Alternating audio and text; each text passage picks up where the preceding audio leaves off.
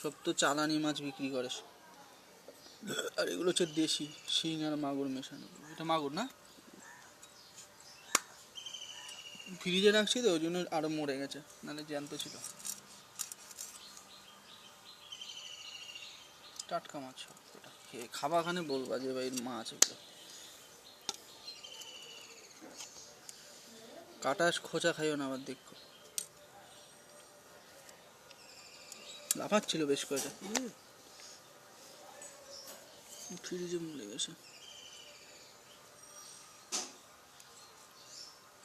মাথা খোলা খায় না, না মাথা ভালো লাগে খেতে,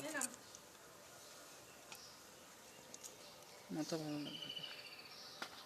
দাও তো মটনটা, বাবা হেভি মশলা।